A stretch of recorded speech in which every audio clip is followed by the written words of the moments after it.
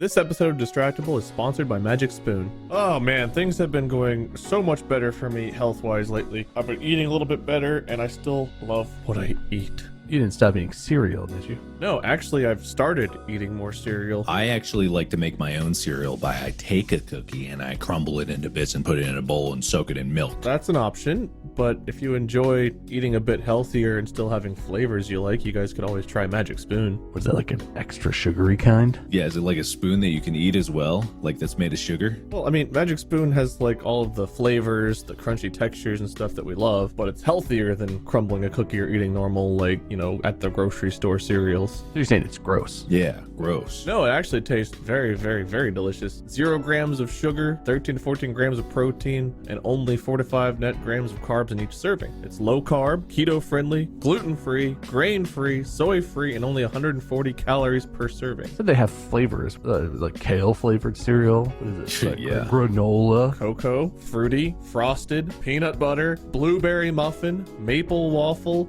honey nut, cookies and cream, cinnamon roll. Is that enough flavors for you? Yeah, actually. I've never heard of blueberry muffin cereal. I kind of want that. You can go to magicspoon.com/distractable, grab a custom bundle of cereal, try the magic for yourself. Be sure to use our promo code distractable at checkout and save $5 off your order. And Magic Spoon is so confident in their product, it's backed with a 100% happiness guarantee, so if you don't like it for any reason, they'll refund your money, no questions asked. Remember, get your next delicious bowl of guilt-free cereal at magicspoon.com/distractable and use code distractable to save $5 off. Thank you, Magic Spoon, for sponsoring this episode. Good evening, gentle listener, and welcome to Distractable, a Wood Elf production. This week, Arbitrary Bob hosts, Mark gains laser eyes, and Wade gets healthier via the medium of basketball. The gents dissect suspect scores, modded cheaters, the power of groin-smashing horses, and an amber-encased erection that has lasted 99 million years. Yes, it's time for World's Worst Records. Now sit back and prepare to be distracted and enjoy the show. Hello and welcome to another episode of Distractable. Yes, that's right. We found our way back to our computers, and all three of us are here to entertain your ears with more of this dumb shit. My name is Bob. I am the host of today's episode, and I am joined, as always, by my contestants today, Mark and Wade. Hello! Hey, hey, hey. I'm Mark. I'm that other one that's left. Your name is Wade. That's me. If you're new here, and/or if the only episodes you've seen are the last few, we used to have rules and a format, and we're going to be revisiting that today a little bit. The last couple, we've had some games and things going on. This is going to be a good old-fashioned, I'm the host, and I have selected a topic, and the contestants are going to try and earn points by talking about my topic, or not talking about it at all, and talking about whatever they come up with. We'll see. And the points are, you know, arbitrary and random, and I might not even keep track of points today. I might just pick a winner with my gut at the end. Oh, don't say the word gut. Don't say any words. Not that I've done that before, but I have been accused on the Distractable subreddit of taking sides, of preferring Mark over Wade, and of just picking him arbitrarily, even though if you keep score at home, clearly Wade accrued more points. It's arbitrary. I hate to break it to you listeners. It's arbitrary. But we'll get to that. It's also a tradition to have small talk. Small talk begin. How are you guys? Oh, I am great. I have new eyes. That's some, what's that Tom Cruise movie where he can see the future? Minority Report. That's a Minority Report shit right there. I know, right? I got brand new eyes. Yeah, you just find a guy in an apartment complex. You tell him, hey, I need to change out my eyeballs. He pulls out a Ziploc bag from his fridge. He's got a bunch of different eyes. You choose what colors. You can even mix and match, and he pops them in. Too true. That's exactly how it went. Did he sneeze into your cavities while he was doing it? Absolutely. He was very detail-oriented. So what do you got, like a laser vision now? X-ray? What upgrades you go for? I only went for lasers and X-ray. I didn't want to go through the whole spectrum of different wavelengths. Like, I thought that would be too much, and I heard about the wear and tear it does on your cornea, and other people that you were looking at. So I was like, I'll just keep it simple. You know, it's your basic lasers and X's, you know. Nice. Mm-hmm. What about you, Wade? How are your eyes? I mean, honestly, I'm tempted to go through and get new eyes too, because mine suck. But things have been good. I've been on a better sleep schedule and exercising a little bit. I went and played basketball for the first time in forever and nearly broke my ankle, which was great. But I'm feeling a little bit healthier, which I think is nice. I'm happy about that. Cool, man. Cool. Nice. Nice. Must be nice to feel healthier. I don't know if I've ever felt less healthy than I have this past week. Oh. I mean, I've just been sick, Well, don't be. which I feel like is the opposite of healthy. I guess maybe dead is the opposite of healthy, but I didn't swing that far. Just sick. Just regular old sick. Just plain old boring sick.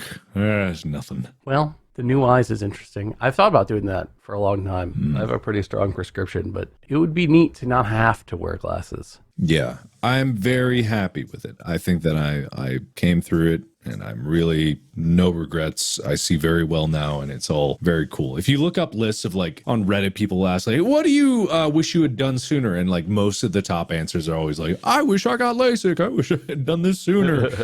Because it turns out being able to wake up and see is just a revelation that like 2/3 of the world does not get to experience. Yeah, I really can't imagine what that even is like, because I wake up and even like best case, once I'm fully awake, I got blurry nothingness. I'm in trouble until I have my glasses. Yeah, it's still, I have to catch myself because when I'm going to bed and I can see clearly, I'm like, oh, I got to take my contacts out and my fingers just reach for my eyeball. You're just clawing at your eyes like, come on, I know you're in there. Get out of me. Yeah, so it's just crazy. I can't deny it is very cool. Sounds nice. It is nice. Sounds nice. Yeah. Enjoy your new eyes. Thanks. Hey, you could have them too, Wade. I will.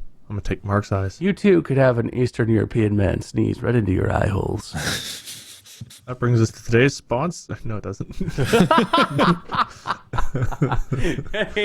any LASIK laser eye surgery labs out there want to sponsor a podcast? Yeah? Specifically unsavory ones with a higher risk of infection, failure, and or death. Yeah. Yeah, that's the one. Okay.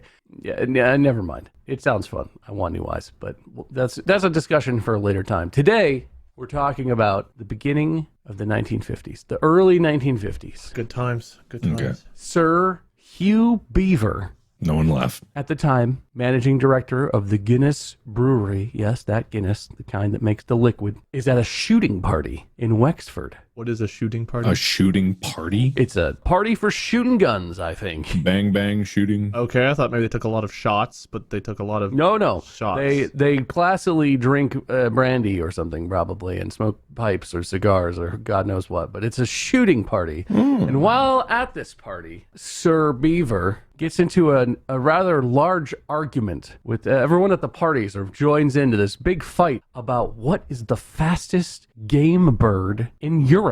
Because that's important. You know, when you're at a party and you're like, do you know what the fastest hooved wood-dwelling animal is in North America? It's still definitely the white-tailed deer. And your buddy is like, no, it's the spotted Springer deer. Fool. And then you have this huge fight and everyone gets so mad. Sir Chipmunk, I will have none of this. I disagree, Sir Beaver. You shan't tell me it's not the white-tipped titty sprinkles. I, Sir Brown Squirrel, declare that it is the hawk. Sir Brown Squirrel is a knave! Just no. Everybody knows how this be. You're at a party and everyone gets real hotted. Hotted up, I guess is what I was trying to say. You're real hotted. Yeah. Yeah, hotted. Why isn't there a book about this shit? These fellows looked through all the reference books they had about game birds in Europe. There was nothing to definitively say what is the fastest one. And they were very, very upset. So obviously, Sir Hugh Beaver incorporated soon thereafter the Guinness Superlatives on November 30th. The Guinness Superlatives. Of course. After some initial research and organizing of the company, they begin on writing a book, which takes 13 weeks to write, writing through the weekends and through holidays and extra time, and went on to become an all-time bestseller we know and love as the Guinness Book of World Records, and or known today, Which records were on page 69 of the original copy? Guinness World Records. I could not tell you. I do not have a copy Okay. of the original Guinness Superlatives, but obviously that's how Guinness World Records was formed. We all know the story, but seriously, obviously, right? Am I right? Obviously, seriously, obviously. Tale as old as time, Beaver and the deer. So that was a long way of saying that today's topic is Guinness World Records. Did you guys grow up with these books? These books were like a big part of childhood for me. Was this the thing for you? I didn't have the book. No, I didn't either. There was a show, wasn't there? Wasn't there a show about the There record? was a show on I TV. remember that. There was a show? Wait, where was a show? There was a show that was sold apparently to 150 plus territories, Wow. and they have accrued 9.1 million, over 9.1 million YouTube subscribers. I'm not 100% sure. Let me Google that. Looks Guinness. like there's a documentary that spanned 3 seasons starting in 1998. Wow. It was like a summer primetime thing, right? Where it was like they would do Guinness World Records on TV sort of deal. Guinness World Records Prime Time. From around the globe, this series tracks the most interesting, thrilling, It was yes, hosted by Chris Collinsworth? biggest, tallest, fastest, longest, and smallest world record holders. See actual records being set and meet the people who set them. Chris Collinsworth probably means zilch to most people, but that's crazy to me that he hosted it. Who is it? He's like a big football personality. He was isn't so being from Cincinnati, he was a Cincinnati Bengals wide receiver back in like the 80s, and now he's like one of the hosts of Sunday Night Football, which is like one of the biggest, most watched football games each week is the Sunday night game. Apparently, he also was a host of this Guinness World Records Primetime, which I don't remember him being there. But then again, I was very young then, probably didn't know who he was. That is kind of funny. Huh. It's a weird coincidence. I mean, so were you guys aware of these books when you were? Oh yeah. I mean, never. Oh heard of yeah, Guinness it was always Records. it was a coffee table book. People would Yeah. have it in their living rooms, and you'd flip through them, or a doctor's office. You'd flip through and like, whoa, look at that freak! Look at these freaks in here, hey, weirdos. Yeah, I didn't have a drive to like try to make a Guinness record like most people probably did, but the thought crossed my mind. We'll get to that. You'll have your opportunities. Oh, I didn't own like every year, but we owned in my house. We had like a couple of these. I think we had 2002. I'm looking at the covers. I think we had 2002 and maybe 2006 because I really remember those covers being around the house. But yeah, I mean, for anyone out there who's unaware of the Guinness World Records, it's basically just an accumulation of like people inventing things that they are the best at and then doing them the best. It's really fascinating because you might think if I told you like, oh, there's this company and they make a book or they publish videos about like world records, like, okay, cool. So what, like in athletic events, like fastest 100-meter dash or like highest high jump, or maybe in like, more like sailing around the world type things. It's anything you want, baby. baby. It is literally the requirements for getting a Guinness World Record are look through the existing database of Guinness World Records and either pick one you think you can beat or invent one that follows their criteria and then tell them about it and pay them their money. And if you meet all their requirements and they think it's interesting enough that people will want to watch it, boom, you get an adjudicator, you get a date, you do your world record. Huh. So you can make things up. I mean, that makes total sense. I'd never thought about it before, but yeah, of course you can make up your own record because how else do they get new records? But it was just like, Right. didn't realize it was that easy. Yeah. There's one man who sits in a chair with a big book in front of him, and his only job each day is to write down different ideas of what people need to do. And then he finds unwitting volunteers and says, you there, pick up that cockroach. You must shove it in one ear and have it come out the other. That is your job. Why does it sound like Sir Beaver again? You there, boy. He's still around. He still sits in his chair writing his new book. How much earwax dost thou have? Tell me! That's where it went originally. Originally, he was like, what's the fastest bird? Shit. And like 10 years later, he's like, we really must diversify. You, servant boy, how many spoons could you consume? And do you vomit them up or shit them out? Begin. Begin. Either way, you get 2 records. Most spoons eaten and most spoons shitted or vomited. That's 2 for 1. Hey, I shat more than him. You'll get your name in a book. You'll be remembered. I don't have a name. I'm but a lonely servant boy. I shall call you Charles. Good work, Charles. The person to go longest in life without a name. Very good, very good. Don't name me. You're stealing. You're shortening my record. Just call me Boy. So your name is Boy. Ha! All right. Put that in the book. Record lost. You're in the hospital. The doctor's like, what would you like to name your baby? I don't. No, nothing. What? No. I'm going for the world record. The child that goes longest without a name. It's like you get this while you're pregnant or your wife is pregnant. You're like, all right, we're gonna do this record. We're gonna do this. All right. At the birth, the adjudicator from Guinness World Records is there. The baby comes out, and the doctor like slaps on the ass, and the guy's like, click. Stopwatch is going. I'll be here until you give him a name, I guess. Yeah. Or until he dies, which is, I guess, the limit. So hope he likely. makes it to 93 because, woo, that record, that's going to last. Oh, God. Yeah, so that's Guinness World Records. I will say, so the requirements for what basically can be a world record title are not as many as you might think. Okay. It must be, this is from GuinnessWorldRecords.com, it must be measurable objectively by some unit, so like a distance or a weight or something, Sure. size, whatever. It must be measurable. It must be breakable, so it can't be something that like only you could ever do. Yeah. Someone else must be able to break your record if they so choose. It must be standardizable. So can you recreate a scenario where this record could be broken? Okay. So it must, there must be, it can't be like, oh, I've created this one unique thing and it will be destroyed when I beat the record. It has to be like a repeatable thing. Can it be verified? Basically, can you take a video of it and make evidence? That's not a big one. And is there one variable on which the record is based? So there has to be one superlative thing, some maximum distance or amount of time or whatever. And no one else has to have done it. Those are the rules. Okay. So there's a lot of shit you could imagine Yeah. that would satisfy that. Yeah, absolutely. Okay. You'd have to think about it because I'm sure like there are some things that looking at now in this room, I wouldn't be able to just like, what could I do? What could I do? But that's interesting. What can I eat? Yeah. What can I get in me? That was my first thought. Most babies drown in milk in an hour. Holy jeez. I think I need to go turn myself in. That's two variables. That's milk. What Yes. percentage of the milk? Okay, and the baby. Okay, that's You gotta too many variables. standardize the milk vessel in which you're doing the drowning. Yeah. That's true. You think that through. You think it through. Clearly, you haven't. Damn it. And there are rules about they can't harm, in your record, you can't harm animals. Humans are not an animal. What are you talking about? That's true. That's why we're better than animals. Of course. No illegal activities, no drinking alcohol as part of it. Stuff like this. Basic rules of like, can it be on TV? Surely there can't be a law against feeding babies too much milk. Excessive eating is actually one of the no-nos. I'm going to drown the baby in the milk. That's what I was trying to subtly imply. Oh, okay. You understand?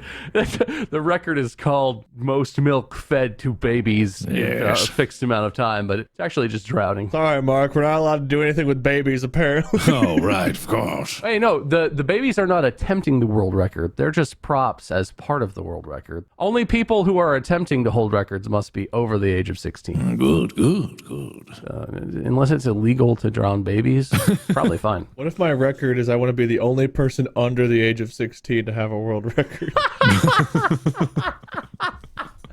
That's going to be a hard one to accomplish, I feel like. Damn it. Thwarted before I could begin! This episode of Distractable is sponsored by Mint Mobile. I figured out how to solve all of my problems with my mobile provider. I'm going off grid. What? Canceled it. What? Huh? Shut that down. I burned my phone in a raft. I floated it down a river and hit the raft with a flaming arrow. Sounds like a good idea. I think I'm going to burn my phone. Whoa, hey guys, before you go burning your phones, did you know about Mint Mobile? No?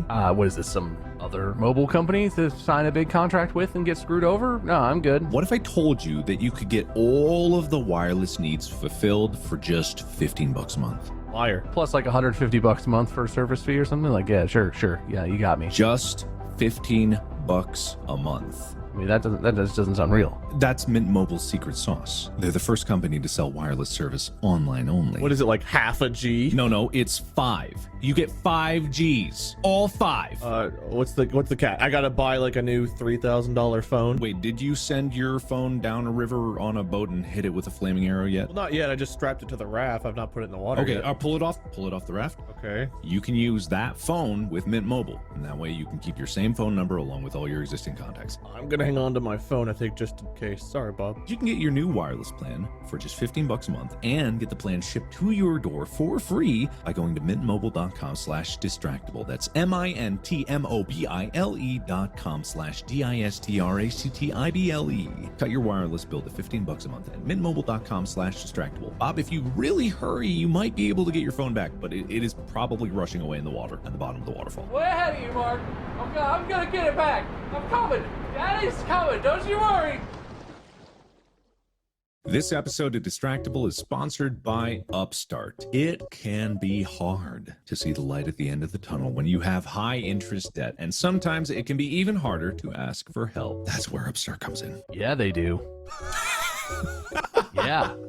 Upstart. Come on. Usually this is where one of you decides to just be totally opposed to the idea and have your own stupid scheme. No, baby. You sure? Upstart. No one buying any Pokemon cards? I'm all on board. I think Upstart's great. No one investing in Dogecoin? No one piling on more college degrees? No one getting more credit cards? No, dude, that's what Upstart's here for. Oh man, I'm here to listen to you. What do you got, man? Well, we've all been there. Seemingly out of nowhere, you get hit by an unexpected expense or bill. Wait, what? Woo! Medical emergencies. Plumbing. Powered personal loans can help you pay down high interest debt, all online with simple and easy to understand payment terms. Easy. Yeah, because when you're paying off credit cards, consolidating high interest debt, or funding personal expenses, Upstart can help you get one fixed monthly payment with a clear payoff date. I can manage one. Hard to manage 10. They consider your income, your employment, like any crazy, like food delivery trebuchets, huh? No, all normal stuff over here, man. You can check your rate in minutes, for loans between $1,000 to $50,000, without impacting your credit score. That's nice. That's a lot of money, too. Yeah. Check your rate today at upstart.com/distractable. That's upstart.com/distractable to check your rate today. Don't forget to use our URL to let them know we sent you. Loan amounts will be determined based on your credit, income, and certain other information provided in your loan application. Other information. I love it. Go to upstart.com/distractable. Yeah, so the rules seem fairly simple, but obviously there have been some controversies. Do you guys know of any Guinness World Record controversies? Are you asking this like you have some prep? You don't have to do any research. I'm just saying, like, before I started looking up stuff for this episode, I was aware of a couple controversies surrounding some Guinness World Records. I mean, I'm sure there is, considering like, how do you always have to have someone from Guinness there when you break it, or can you just document yourself doing it? No, they have to they have to have like a Guinness person there to like the one that adjudicate it. does come to mind is the Donkey Kong high score. Yes. Wasn't there a whole documentary made about this one guy? Like I think the documentary was called like King of Kong or something like that. Yes. Yeah. And so Yes. the Mr. Dude with the long hair and beard that hasn't changed his style since the game came out, he kept saying like he broke the record, but it either like was never on camera or anything like that. And like he was asked to repeat it. And he's like, of course I can't do that again. Of course I can't do it again. What would you think?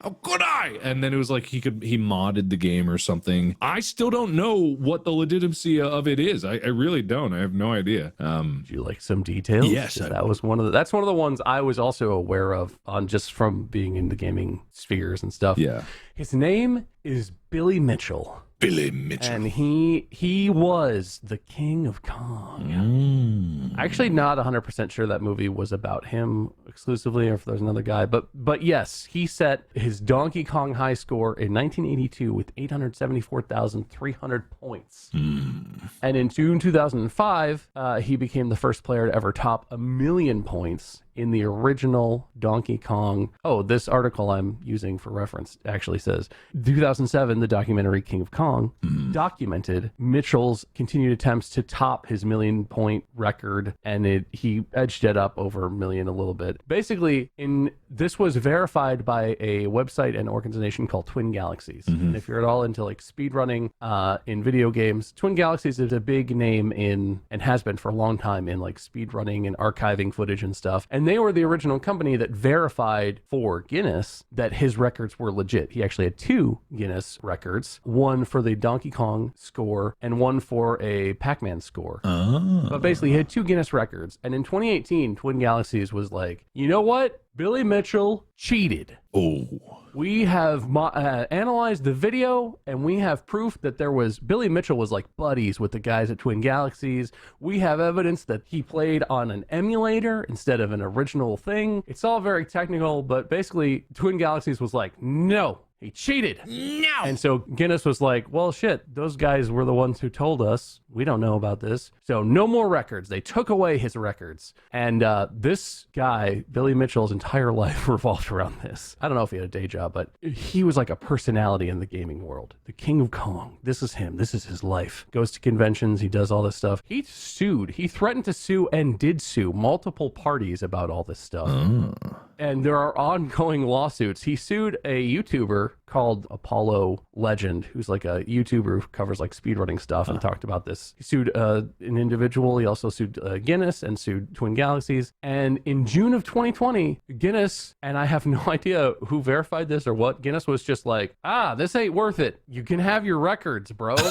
And reinstated both of Billy Mitchell's records. Wow. Even though Twin Galaxies maintains that they are like not legitimate and were played on emulators or something, were played on like hacked cabinets or some detail like that. Fascinating. Something must have happened between him and Twin Galaxies, right? Like for them to go and like re-examine and to have that big split, like there's something else there. Yeah. I'm gonna get into the conspiracy theories of it all. There are some great videos. Apollo Legend on YouTube and also Carl Jobst on YouTube have like multiple in-depth videos documenting the legal action and what happened and all the evidence and stuff. This is just reeks of like daytime, like Jerry Springer show like action. Yeah. Where these guys are like yelling at each other and, you know, they're fighting for their little fiefdom, their little corner of the gaming world. I don't know the details, but it's exhausting. There's a ton of YouTube videos to watch if you want to learn all the nitty-gritty details. But yeah, it's not so easy making Guinness records, man. Yeah, apparently not. But also that is, I mean, it's not hilarious because I see it. So you see it everywhere. People fight over the stupidest things.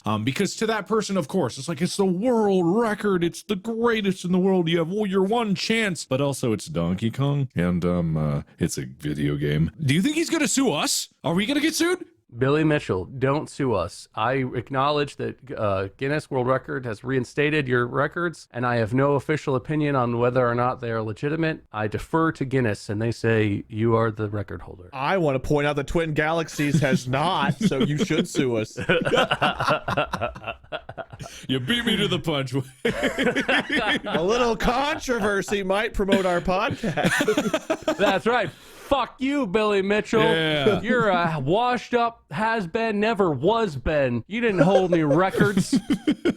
He's gonna message you like, guys, I really enjoyed your podcast. Why are you so mean? Yeah, why are you so mean? I really did beat it. I'll show you the proof. Okay, man. Yeah, no, well, I don't know the details of it specifically enough to explain it like correctly, but I know part of the evidence of like why people think his record setting videos are faked is literally the way the screen, it's recorded on like a VHS camera pointed at the cabinet, right? It's an arcade cabinet. Okay. The way the levels load in is different on the original arcade cabinet versus the emulator cabinet, which I think is called MAME or something. It loads in a different pattern. And so people are literally like frame by frame, like, oh, see that? See how it rendered it diagonally?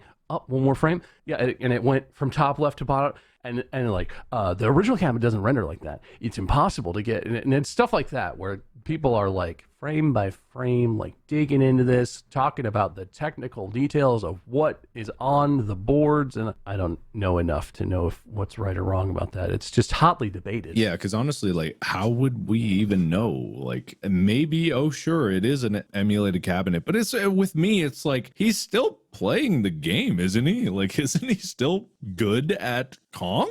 I mean, yeah, but part of it is like, and this is a big thing in speedrunning in general, if you manipulate the file to change drop rates for like items, that can increase the amount of points you get. I forget, who was that kid who plays Minecraft? Dream. He set like a Minecraft speedrunning record, right? Yeah. But then there was this huge controversy about he was playing on a file where the drop rates for things were manipulated, and he basically set his speedrun by getting mathematically almost impossible luck with like what items dropped when at different points, and so like, you know, you can set an untouchable world record if you're getting points that are unattainable under normal RNG circumstances. Well, then fuck your dream, fuck your nightmare. I thought this was like a just a different manufactured arcade cabinet. This is a custom arcade cabinet. So yeah, it's an emulator where it's like it's a modern hardware of some sort where you like load the original game code onto this thing. But with arcade cabinets, the physical arrangement of the board affects how the cabinet works and has an effect on how it plays. Again, not an expert. It's the kind of thing where on the emulator, there's no way to confirm if he did or did not manipulate anything or change the way the game worked to give him unattainable luck if he was playing under regular circumstances. Okay. All right. That makes more sense. But also, I like you said, I don't know the metrics of comparison. I don't know what an arcade cabinet is, when it works, when it doesn't work. I haven't watched his playthrough video, so what could I really say? They're cheaters, all of them. All of them are cheaters. Yeah, stick to it, Wade. Get them. Call them out. If you have a record, you cheated. No one can be better than anyone else. We're all the same. I have the record for the most cheating at record attempts. Damn it. I've cheated all of them. Well, so Billy Mitchell has had a lot of controversy around whether his record was like legitimately achieved or whatever. There's also some really stupid controversy around some records that comes exclusively from Guinness. There was this woman named Jessica Anderson who decided she was going to set the fastest marathon time for a person dressed as a nurse. And this was in modern times, right? She's not dressed as a Halloween nurse, like a slutty nurse costume or anything. Oh, then I'm not interested. Yeah, well, she was dressed as a nurse would dress. She did this in 2019. Dressed as a nurse would dress in 2019. She completed the marathon in 3 hours, 8 minutes, and 22 seconds, which sounds incredibly fast. Don't nurse outfits kind of depend on where you work, too? I mean, but in general, I mean, I don't know what you see for nurses. When I envision a nurse in modern day in a hospital or whatever, they wear scrubs. They probably wear comfortable sneakers. They probably have a stethoscope around their neck. And they're probably telling me I'm kind of fat because they took my weight and were like, whoa. All right. Wait in here, chubby. The doctor will be in a minute to confirm that you are indeed fat. I mean, that's not my experience, but like, I'm sorry. You're not fat. I mean, you're not in the club, so you don't get the special greeting at the doctor's office. You're right. I'm not in the club. What are typical like nurse shoes, for example? Like, would they just be like walking shoes? Would they be? Yeah, I always imagine kind of like white, like really ergonomic, comfortable on your feet all day, kind of like New Balance or something like that, right? Yeah, probably. I guess, because I mean, most nurses I think of are, you know, red and black lingerie, high heels. Wait a minute. You hold on. Watch a lot of nurse porn, Wade? Stetho whip in one hand. A stetho what? What? Stethoscope. Sorry, I misspoke. Did you misspeak? No, I didn't think so either. that was no, not really. The scrubs. I mean, I wore scrubs and I worked in the medical industry, so scrubs are pretty common. I could see that. Anyway, listen. You're hitting right at the core of the entire issue here, Wade. So she did this. Oh, shit. Well, hell She yeah. ran real fast, and then Guinness was like, that's not how nurses dress. Oh, no, they didn't. You know how nurses dress. Oh, no. The Stetho whip. According to Guinness, a nurse should be decked out in a blue and white dress with a white hat. What? Because that is how nurses dress. Wait a minute. Okay. Are they thinking of like an early 1900s nurse? Yeah. Wait, nurses dress like the lady from the cover of Enema of the State, the Blink-182 album? Kind of, yeah.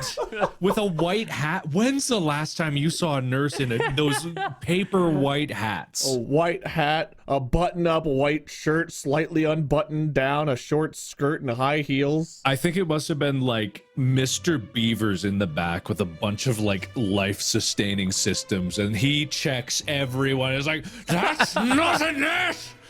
No. They must be wearing Steffi number 3 red lipstick while also carrying a clipboard with no less than 3 sheets of paper. Yes, where's the big red cross on her chest? So, suffice to say, this sparked immediate outrage on social media. Hashtag what nurses wear became kind of a thing on like Twitter and you know, on social media. Guinness was pretty quick to recognize its mistake and gave a statement where they were like, well, this was like a really outdated and stereotyped definition, and that's wrong. We were wrong. And they fixed it, and they gave her a record. I'm sure they realized their error on their own without public outcry. They just one day were like, man, maybe we misspoke. We should rethink that. And it wasn't the people with torches and pitchforks at their door. Yeah, I just like to imagine this woman was like, hey, yeah, Guinness, I want to run the fastest marathon dressed as a nurse. And neither of them was like, and how does a nurse dress? The nurse was like, yep, I'll just wear my work clothes. And the Guinness guy was just like, no, hot.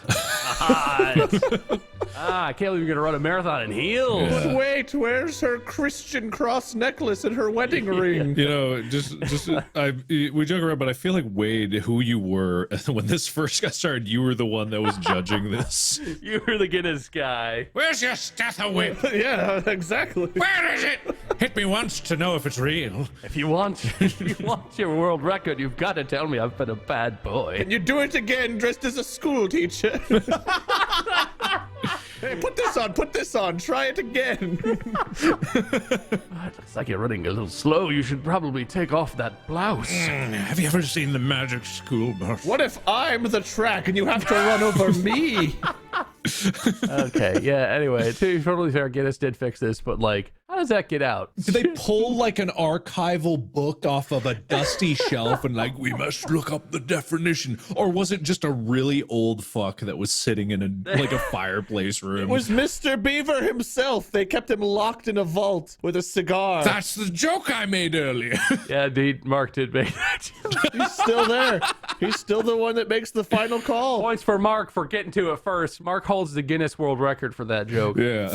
Damn it. Thank you. But he wasn't dressed as a guy who makes the joke when he made that joke. Sir Beaver, when he incorporated Guinness superlatives, was like, and you must use the 1856 Encyclopedia Britannica. This is the only reference for which you may draw information and details regarding any future Guinness. And all the Guinness people are still like, it says a school teacher is a young woman who is kind to the boys she's mentoring. God, shit. As it was written. As it was written. They all chant at the same time. All employees must dress as though they were attending the shooting party at which Guinness was originally conceived. They're all wearing those pants that pop out to the side for some reason. for shooting. For shooting. They must have a revolver on their right hip, a cigar in their left hand. A snifter of brandy. Scotch, no less than an inch high in the glass. Brandy scotch. And a nameless servant boy. May the most nameless win. Thank you, sir, for including me. It's an honor to be here. Shut up, boy! Okay. For I name you. Please don't. I'll name you. You want the record, don't you? It's the only point of your existence. The only thing I have. Please, sir, don't call me by a name.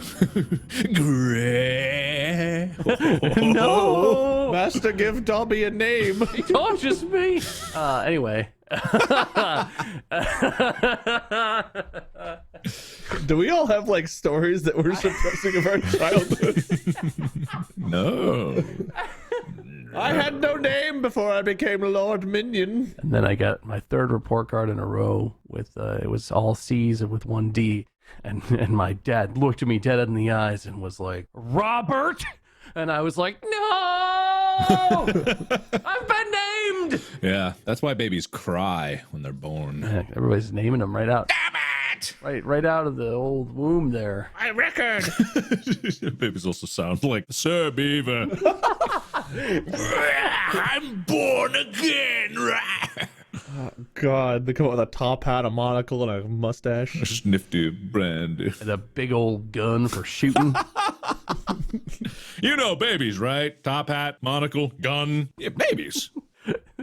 You know that baby who's in charge of Monopoly? Love that guy. With all the free parking. Oh, so nice. Well, so that's Guinness. Yes, it's the beer company. I honestly, when I was a kid, I was always confused by that. I was like, I know Guinness is like a beer, and I'm not allowed to have it. Why is this company named like the beer company? Like, aren't the beer people mad about this? No, they're not mad. They are them. Guinness World Records is the same company that makes the delicious beer that you should only drink if you're of drinking age in wherever country you live in. And they have some crazy stuff. That's the all set up. More than half the episode was set up. What I want you guys to do, what I'm really going to give you points for, if we're getting down to it, I want you guys to find either the most interesting or batshit crazy records that exist that you think maybe you have a shot at beating, or you would like to try to beat because it sounds fun, or to make up your own. And we can just talk about crazy ass records if you find any. But Most boobs squeezed. I will go for the record. Gotta be careful. What is a boob? You didn't specify what type of boob. The ones I've found, I don't know if I want to try to beat, Bob. I don't know if I want to try to beat them at all. What did you find? Well, so one of the ones I remember from the show that stuck with me and why I remember there was a show was I'm pretty sure they had a guy on there who, I don't remember how he did it, but he would like either put milk in his nose or his mouth or something, and he would squirt it out of like his tear duct. He would just spray. It was like longest distance to spray milk out of your eyes. And my eyes hurt so bad every time I think about that. And I don't want to try to beat that, but it sounds terrible. I had a buddy who could do that. I remember that now. I do. That happened, and we were all like, oh, you can squirt liquid out of your eye hole? Whoa, I did it once. Not a fan. Not my favorite activity. Yeah, but no. My buddy was into it. But what's weird, yeah, I think I also tried to do that. Why did everyone try to do that? I did not. I never wanted to. My eyes, nope. Wade was not enticed. I was not. I have some fun ones here. Toughest groin kick. Oh.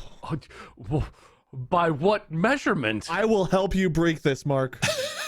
Oh, wait, no. Is it the one taking the kick or the one kicking the kick? Kicking. 2 records in one.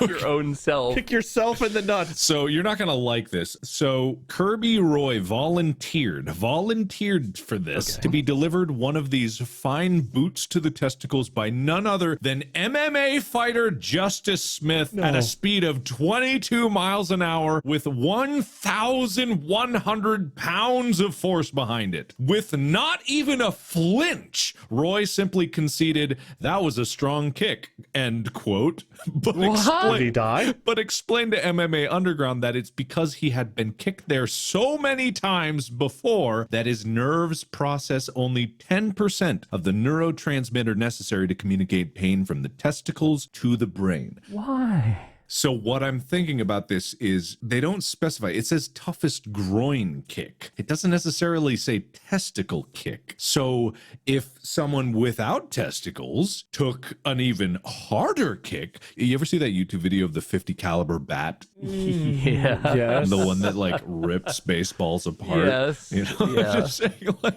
I'm saying, you know. Cut you in half. No. No. Yeah, no, that would sort of liquefy, I feel like, skin and stuff. Like, that wouldn't be like, ooh, ah. That would be like, and that part is gone. So is this a kick where if you like, I don't know, duct taped your balls and shaft up and you just took the kick to the taint and missed the groin? All good. All good. Okay. It's great because, you know, it says only 10% of the pain. How did they measure that, number one? But also 10% of that would be 110 pounds of force. And I don't want 110 pounds slamming at my groin no matter what. So this is impressive, to say the least.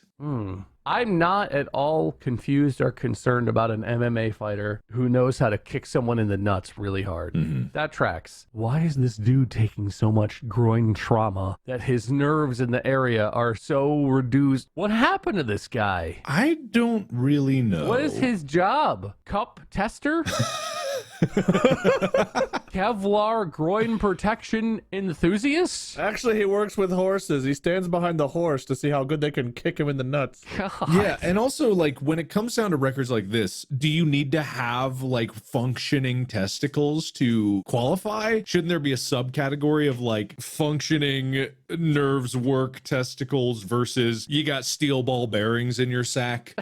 You know? Well, just to be clear, the guy who got kicked is the record holder in that scenario, right? Yeah, I think so. Or is it the kicker? But I think also just like there should be a record for hardest kick to the groin because they measured that at the same time. Yeah. They don't have any other measurements out there. So Justice Smith probably has the hardest kick to the groin. I feel like those are two very opposite records. Like if we're at a party and you're like, hey, I actually hold the Guinness World Record for strongest kick of someone else's groin, I would kind of be like, You want to see?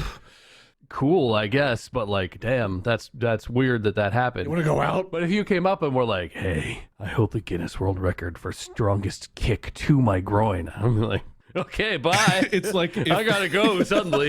it's like if That's really interesting. it's an unstoppable force versus an immovable object. It's literally that. What if they meet like at a convention and they lock eyes and they know that the other one is their perfect How they match? greet each And other. they start spiraling They're just around running each other. across the Ooh, floor. they looking at each other. Space clears on the dance floor. It's a dance floor, of course. Yeah, and then just like if the guy squares up, spreads his leg, the other one winds back. It's beautiful. Have you seen RRR yet? No. All right, so those who are listening for RR, it's like that dance sequence, but a lot more groin kicking. It's an Indian movie that came out this year. It's fantastic. It is legitimately fantastic. Like Bollywood type stuff? It's I think it's officially called Tollywood because it's a different area than Bollywood, but it's like if you know Bollywood action, like it's got that, but the story is actually really good. The movie is just an enjoyable experience. Highly recommend. Okay. And the dance sequence, which there is a dance sequence, is fucking incredible. Like, no joke, incredible. That sounds pretty cool. Yeah, it's pretty cool. It's pretty cool. All right. So I like that. So you're saying you want to get kicked in the nuts even harder? No, I didn't. I wasn't operating that as a suggestion. Sounds good, man. We could definitely set that up. Well, I know some kickers.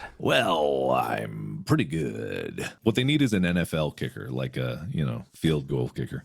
Ugh. It's the only way. It's the only way, guys. All right, wait. Are yours worse than what Marcus found, or what? Because you were moaning a fair amount about Slightly less. Okay, I went through some stuff here, and some of these have images. So if you want to see images, by all means, you all can Google yourself. Here's one: longest metal coil passed through the nose and out of the mouth. The image is a guy holding like two drills, one in each hand, that has this big metal coil, and you can see it go into his nose on one side and out of his mouth in the other, and he's doing it in both nostrils at the same time with each drill. Wow. It's not pleasant. There's one of a lady who has the longest fingernails on pair of hands ever. The fingernail length was over 28 inches. No, 34 inches per hand. Wow. 34-inch fingernails. And as your fingernails get longer, they don't go straight out. They start to curve down. God, it's not pleasant. There was a record that didn't have an image, thank God, of most maggots moved with one's mouth in an hour. What? Why? Moved. No. Yeah, what does that mean? Yeah. Here, Charlie Bell, a former steel worker who is presumably now working full-time with clearing out his mouth, reportedly carried 2 square feet of live maggots in 1 hour from one container to another using only his mouth. Oh, no, I envisioned it. Yep. There's a 90-minute bath in maggots listed in the same list. That's it. That seems beatable. I just want to say that, Mark. I feel like you would get used to it. Like you're in maggots and it's like at first you're like, ew, and then it's like, it's all right, whatever. Well, you gotta get some plugs. Are you allowed to plug holes and things? Like, you just... I mean, unless they start eating you or going in your orifices or something. Don't let them in your orifices. Yeah, plug them. Most cockroaches eaten. Funny story. One of my brothers one time went to a one of those like Frontier Day type deals where like they've got like the little games and drinks and gambling and stuff. And he was out of money, and someone offered him money if he would eat cicadas. And I think he ate like 20 cicadas and made like a few $100 that he was able to gamble with. Like dried cicadas or like alive? No, like he went and got them out of a tree and ate them. Yeah. That's different. See, the dried bugs. I mean, Mark, you've done that, I think. I've eaten a bug, I yeah. don't remember where that happened, but Yeah, I've eaten one bug. Well, they sell those. You can get them like Jungle Gyms in Cincinnati. Yeah, you can buy dried bugs.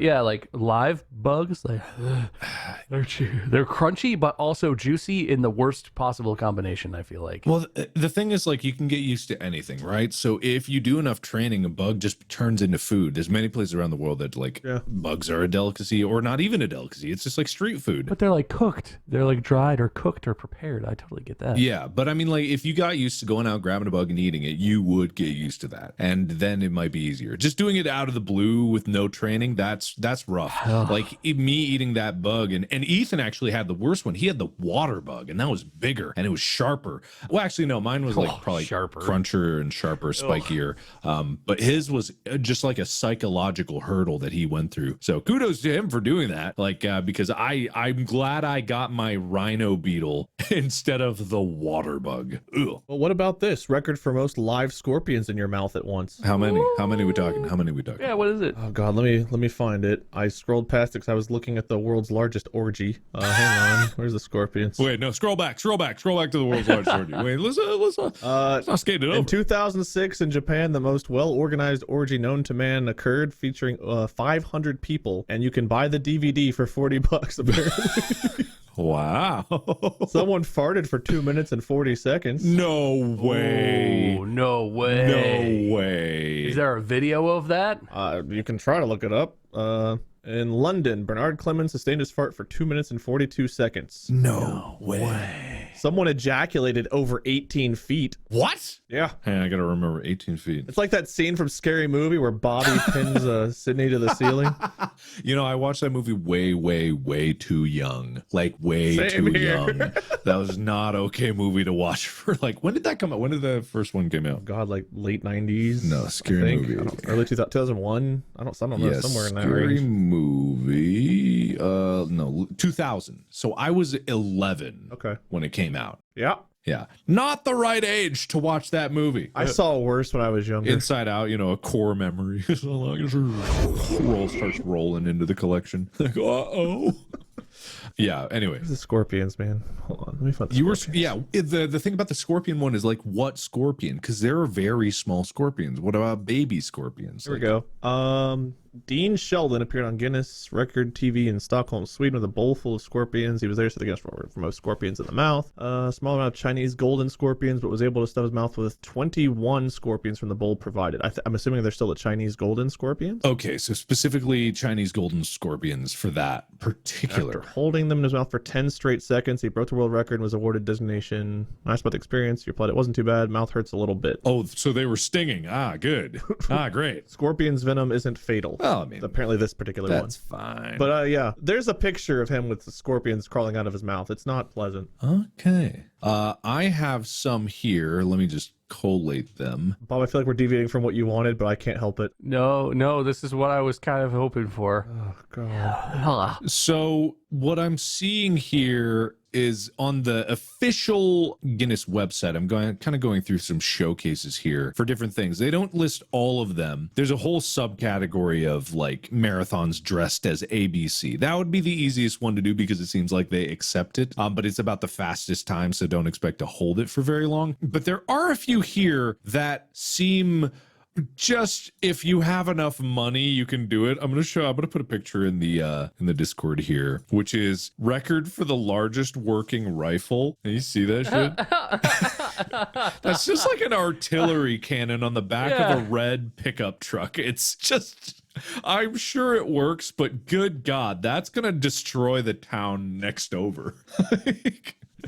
Yeah, that doesn't seem like a feat. It doesn't seem like anything other than some guy who really likes guns, had too much money, and was like, how big of a rifle can I make? I really don't like the town next to us. They got some policies I disagree with. And then Guinness World Records was driving by. I was like, oh, hey, does that work? And he goes, yeah. Yeah. It's just in case the Bigfoot comes by. You want to see a demonstration? I went to town the other day and they gave me a parking ticket. Yeah. And I got some, what do I want to say about that? Yeah. Oh, which way do I want to shoot it? Oh, how about that way? Just do like exactly northeast 100 and fucking. Yeah, no, it is literally, I mean, it looks like it has like some sort of powder firing mechanism. Like modern artillery has like the firing cap is built into the shell. So this looks like it's a specific style of rifle. I don't know what kind, like a flintlock or something, where there's a little powder bowl and you ignite the powder externally, and then it's just an artillery piece. It just straight up is. I hope it shoots normal sized bullets and it's just a really, really narrow chamber. It's actually a 22. It's a BB gun. Yeah, no, I totally appreciate that. I'm sure that is the biggest working rifle in the world, I guess. But a part of having a Guinness record to me seems like it should be something where it's like, wow, I can't believe you did that. Not right. Like you said, like, wow, I can't believe you bought that. Which I have a few here of that nature. Those are just the ones that are like, what the fuck? So this is the record for the most rotations hanging from a power drill from the ceiling in 1 minute. So that's just, now that's impressive, I guess. If you can hold on tight enough and really got a powerful power drill, it's 148 rotations in 1 minute. Oh, toe spinny. Which, if you think about it, is only about 2.5 RPM. Yeah, but that's a whole human operating at 2.5 RPM. Yeah, but if you like a skater, I think what RPM do figure skaters get to? No, they. Oh wait, no, that I'm dumb. It literally RPM is there. It's 148 RPM. Okay, maybe not. To pull off a quad, they need an average rotational frequency of about 340 RPM. Okay, so. But that's for like less than, what, a second and a half maybe? Yeah. Of actual spinning? Yeah, you're right. But that's half of what it normally is. They say their average is like 80 to 100 RPM for normal jumps and stuff like that. So I think you could sustain that, and if you just really commit to it and maybe pass out, I don't know, you could probably do that one. I found the world's most dangerous cheese. I don't even have a guess. I thought I had a guess, but I don't. What is that? Casu marzu, or maggot cheese, considered a delicacy in Sardinia, Italy. It's a type that's the one I was trying to think of. Yeah. Made from sheep's milk, it's left to rot in the open where maggots make their way in, aiding in the cheese's fermentation, leading flavor due to the maggot's digestive system. It can fetch a pretty penny due to its illegal status in the European Union, can also cost you in fines up to 5,000 euros if you're caught with it. The financial risk isn't the only reason casu marzu is so dangerous. If live maggots aren't removed or blended into a paste, they may continue to live in your stomach if consumed, and can cause a lot of different problems, such as vomiting, abdominal pain, bloody diarrhea. I did not anticipate this much gagging during this episode. Oh man, the maggots. Oh, don't you challenged for disturbing and weird. I'm looking for it. Oh boy. Okay. So the world record for the longest duration of erection is kind of in flux. There's been numerous erections that last for multiple days from more than 4 hours. Consult your doctor. Exactly. Yes. What the pill say? This is not from Viagra. These are for various different reasons. One of them predominantly is from really horny. It's from a spider known as Phonutria. I'm not even gonna try. Biggest dick It's just like the hottest spider in the world. No. Its sting can cause priapism in humans that can lead to uncomfortable and painful erections that last from anywhere to 1 day to 6 days. Holy shit. So if I'm trying to get my hubby to reignite our passionate flame, I'm getting one of these things and having a really great week. It's unbelievably excruciatingly painful. For him. For whoever has the erection, yeah, I guess. Yeah. But the other party can still have a good time. Yeah, maybe. I don't know. However, that is not the longest duration of erection. The longest on a human, apparently, is 10 years. What? 10 years. And this is where it's like, it's not a Guinness record. It's just like a general, like, debated one. In 1996. Is this record held by every boy from the age of 10 to 20? No. No, sadly no. Oh, okay. Sorry, go on. In 1996, Charles Lennon underwent a procedure involving injecting plastic and steel into his penis. The dual tube procedure, apparently is what it's called, would allow it to go upward for sex and downward when necessary. But things would get hard. A decade, 520 weeks, 3,640 days, Lennon, aged 68, pursued a lawsuit after his boner wouldn't die for an eternity. Sadly, Viagra would only come out 2 years after that fateful day in 96. He said he could no longer hug people, ride a bike, swim, or wear bathing trunks because of the pain and embarrassment. In the end, Lennon received $400,000 after successfully suing the manufacturers of the Dura 2. That sounds really unpleasant. Yeah, why wouldn't you get it removed? And certainly unfortunate. Yeah. None of that sounds like it should be a Guinness record for longest erection. Right, because it's not like naturally based. That's like letting someone do all the steroids they want and then run the fastest 100-meter dash and be like, oh, it's a record. Yeah. Yeah, no shit. He injected human growth hormone into his running muscles. Like, that doesn't seem legit. Yeah, this is why there's like various different things, because not all of this has evidence. There's things where man has erection for 8 months, but that's from another implant. I want to see the Guinness guy standing in his room for 8 straight months just watching his dick nonstop to confirm. There's one where someone had a 21-day boner, and this was because of an overdose of Viagra caused a blood clot in his penis. No. And he suffered for 3 weeks. He fortunately didn't lose his penis, because a common thing in this particular article is amputation because of gangrene after a while. No. Oh, no. Yeah. Ooh, what the fuck?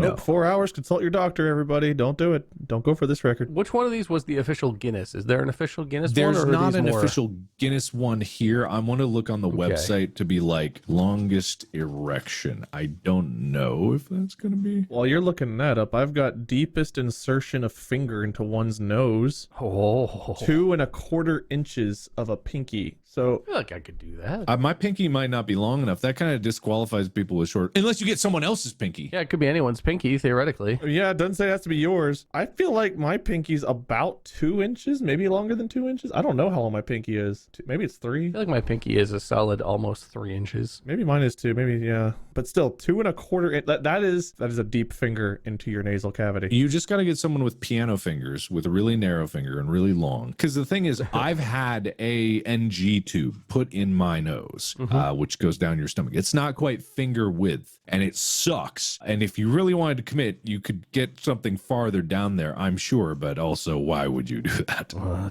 want to get the record. Yeah, but a tube is probably more bendy than your pinky. Like your pinky, you can only really bend at the joints. So you're like poking and prodding in a pretty sensitive area with a finger. Yeah, but it like rotates and you can adjust it. Well, the problem is you could crack the bone to your brain. Yeah, your brain is right there. Your finger is not meant to be picking at your brain.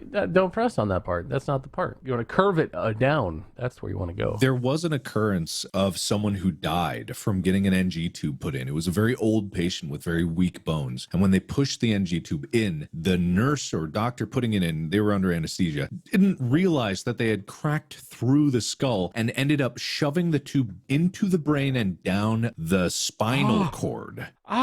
Instantly killing the patient. And then they filled their spine with food goop. Yeah, they sucked it out, actually. That's what the NG tube's for. It's for sucking it out. But I don't think they got to the turning on the suction part, because I think when the heart beepy thing went, I'm pretty sure they realized they might have fucked up. The doctor was like, oh, suck, quickly. He needs the suck. Oh, interesting. I do have the record for the longest erection, and this is a technical thing. Okay. So the world's longest erection, not human, has lasted 99 million years. What? There is in amber a fossilized spider, relative of today's daddy long legs, who died with a, quote, fully extended, end quote, erection 99 million years ago. And there is a picture of said penis as it is erect in the amber. As you can see, clearly, Your Honor, this penis is erect. I like the arrow with the word penis pointing at it. That really sells it, man. Is this a YouTube thumbnail? Yeah, I mean, to be fair, if you show me that and we're like, there's an erection in here, I'd kind of be like, is there? Yeah, no, it's a helpful guide. It's very, very helpful. Either that thing was the luckiest or unluckiest to die doing what it loved most. Probably unlucky. Having an erection by itself. Well, maybe there was something else there and it just like left mid and he was like sad, but he still had the erection and like the amber dripped. It was like, well, fuck, I'm just going to let it take me. Hashtag relatable, you know?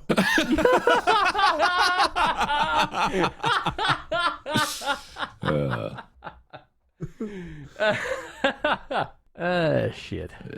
Most kidney stones removed from a patient, 172,155, which were removed during a 3-hour operation.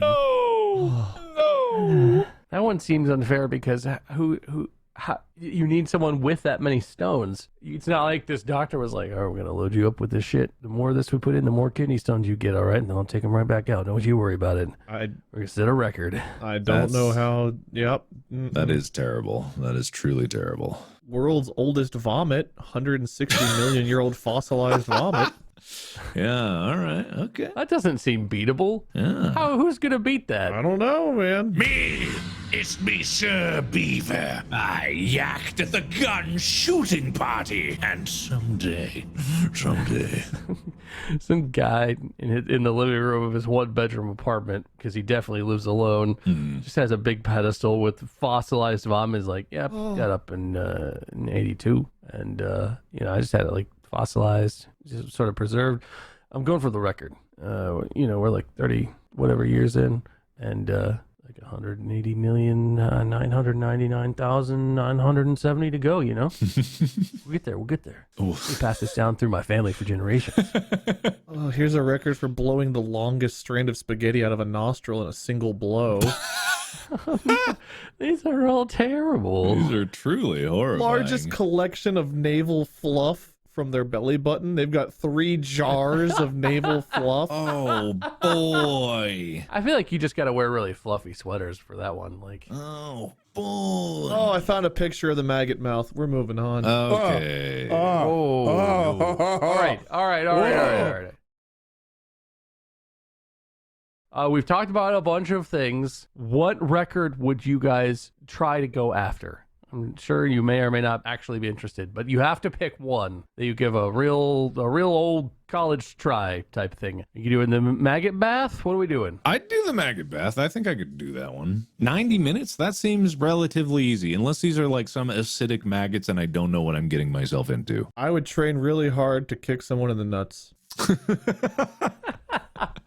It sounds like the least amount of concern for me. I mean, it does sound like you could really hurt your foot, ankle, shin, break your leg bone, potentially. Kicking that hard into anything, even a soft nut-like area. That's true. I'm not as young as I once was. Maybe I'll go for oldest living human ever. I'll just try to live long. I've always wanted to go for one where it was a game that I made up. And it just doesn't exist yet, where it's like, and it would take a little setup, right? But it would be like, I would make some kind of thing. You know how, did you guys ever see the cup stacking, the competitive cup stacking? Oh, yeah. It was kind of big for a while. I mean, it's still kind of big. Make up something like that, where it's like competitive stick arranging. There's like patterns, and you have to arrange them in the patterns as fast as possible. And I would do this and like get it just to the point where you could find it online if you looked, and then be like, yeah, I want to hold the Guinness World Record for, stick arranging, competitive speed sticking. I've always thought that would be funny. Make the most population of people at once cringe from a bad joke. Think of the exposure. Oh, this podcast must have that by now. I found the world's oldest stripper. That's a record. Yeah, oldest I had male that one. stripper. Yeah. And he only died. He died at like 66, so it could be set. If I become a male stripper at 67, then I'll crush his record. Yeah, no. Do you have to be like a professional stripper, or can you just I feel like we could keep that one then in the chamber. Yeah, I mean, Yeah. you could just like go and strip at any time, and you're a stripper. You know. There's someone out there listening to our podcast that would care about seeing us naked at 66. Oh God, yeah. Hey, if any of you out there are older than 66 and you want a Guinness World Record, Male, it's a male stripper. I don't know the female stripper. male, okay. Any fellas out there who want a Guinness World Record, that one's right there for the taking. Yeah, it's That's right. That's easy. Get a tearaway cop uniform and a boombox for some reason. Oh, yeah. And probably like a bubble machine, and just go, just work a couple bachelorette parties. Oh yeah, go hog wild. Call yourself the silver fox. Something, maybe a better name. You're the marketer here. Don't lean on me completely. Yeah. That's it. Free record for the taking. Doesn't even say you have to be a good stripper, but I'm sure you would be. We would hire you for a show, right, fellas? Yeah, if it's for a record, I would do that. I would absolutely hire you to be a professional stripper to set a Guinness World Record. And we'll get Mr. Beaver there to watch too to make sure it's legit. He's always watching. Yes. He's always watching. He's like the oh shoot, I've only seen the movie once and I don't know the lore, and people who like this are gonna Dune, the guy, the like uncle, the head of the evil family guy who flies around in his real big robes. It's like that guy. He never dies. Yeah, or like House Arcanon or whatever. Takes his oil bath. Yes. My space, my racket, my dude. How good are you guys at balancing things? What? How good are you at balancing things? There's a record for the world's tallest hat. It was 15 feet 9 inches, and they had to walk 10 meters with the hat on for it to count as a hat. Doug Dimmadome, No. owner of the Dimsdale Dimmadome. Doug Dimmadome, we could beat the record. No shot. Yep. If we get a 16-foot hat, We got that one easy. we just have to walk 10 meters with it on our heads. Can you have it strapped under your chin type situation? It doesn't look like this one is, so I would assume no. Okay, so it Yeah. just needs to fit your dome real good. Yeah, I got a big head. You have an enormous head. That's a lot of friction area. Yeah, I think I could maximize my abilities there. I think that's good. Plus, you're low to the ground, so easier to balance. Of course, low center of gravity. It's good. And I have a natural downdraft. I think we could do it. I think we could do How it. far do they have to go? 10 10 feet, meters. 10 meters? 10 meters. I think we should do an entire tour where we just embarrass that idiot and break their stupid hat record over and over. We just go to fairgrounds around the United States. Anyway, there we go. Wade's going to kick somebody in the nuts, and Mark is going to take a bath in maggots, which does still sound pretty concerning and like some real fear factor shit. But 90 minutes seems beatable. It really does. Well, thank you. That was much more gross than I thought it was going to be. I definitely gagged a lot more than I thought I was going to. I'm glad we went down that route, and exactly as I intended. Great episode. Thank you for taking us there. That was really gross. Now is the time on the show when the host, who is me, tabulates the points, which I kept track of. I enjoyed our discussion about Sir Beaver. I feel like both of you offered quite a bit there. That was pretty close tie situation. I enjoyed Mark's little bit about knowing about Billy Mitchell, Donkey Kong Man. Has some points there. Thank you. Wade was there for that. I was there. Wade definitely found substantially more disturbing records. And he did. Wade's were the ones that really made me want to actually throw up. Which You're welcome. by my rules I've been following is just a lot of points. Like 8 points or something. Okay. But Mark found some good ones. Mark found some discussion starters, We talked about the RPM spinning. We talked about many things. But after some careful calculations and meticulous mathematics, it has been determined that the winner of today's episode shall be Wade.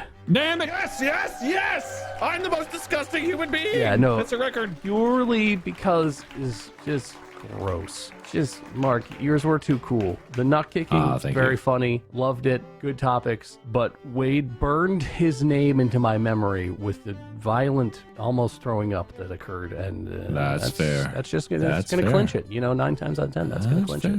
Yeah. Congratulations, Wade. Maybe I could go for the record for most times to make my co-host vomit during a podcast recording. It would not be hard. I have a very weak stomach when it comes to gross stuff being in your mouth.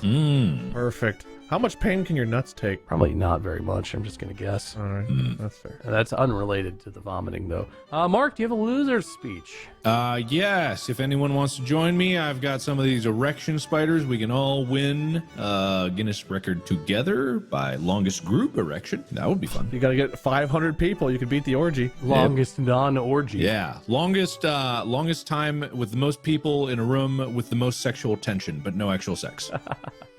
It will be wonderful. What if you guys all stood in a circle and you had a bucket like hanging from your dicks and you had to pass it around to each other? What do you mean? I don't know why, but I want it to happen. I get it. We have boners and I see what you're doing. It's like the orange in your crook of your neck game, but it's a bucket and it's your dongs. Is this like a no hands passing also? Yeah. I see. Tip to tip. All right. There'd be a lot of rubbing along the sides of things. No.